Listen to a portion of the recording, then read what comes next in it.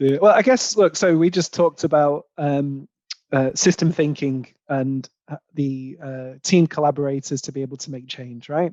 And what that means is that there has to be a team that has a sort of diverse cognitive viewpoint on Yeah. on how to do these things. So you've got, and I'll go to the identity bit in a minute, right? Because that's the juicy stuff. But you know, teams need to operate in the IT spectrum. Teams need to work together to be able to make changes that are really fast, that are keeping things stable, and are potentially mission critical. You know, so there's a lot of sort of stress and push towards moving fast and keeping reliability and everything else. So it's quite a difficult process. It's a complex process, and that complex process requires a team, and that team needs to look at things from a sort of diverse spectrum from the system, but then taking that a step further, it's the sort of cognitive diversity of the team. So how are they actually going to be able to solve problems and solve, you know,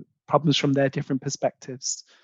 So you might have two Java devs who approach things in a different way, and that conversation between them, that collaboration between them, will help the process of making sure there's no blind spots. But if they're thinking in the complete clone way, then you're almost going to get the same solutions every single time. And that's why diversity matters in that sense. Identity diversity contributes to that cognitive diversity for sure.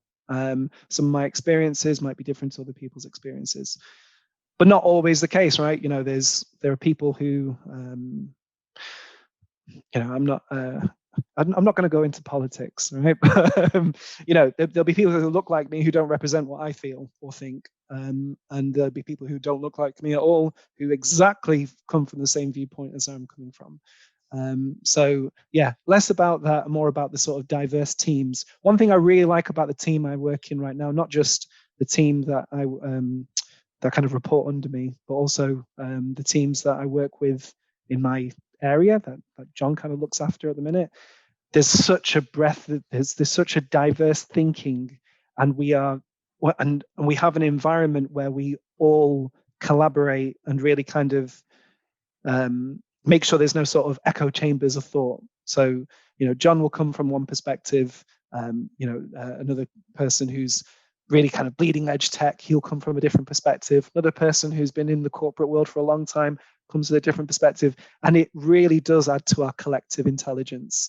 So, you know, when we employ people, we should really be thinking, how do I contribute to that kind of collective intelligence? How do I make sure that I don't have someone who just follows my tune? Because that's not really going to make me more intelligent or our group as more intelligent.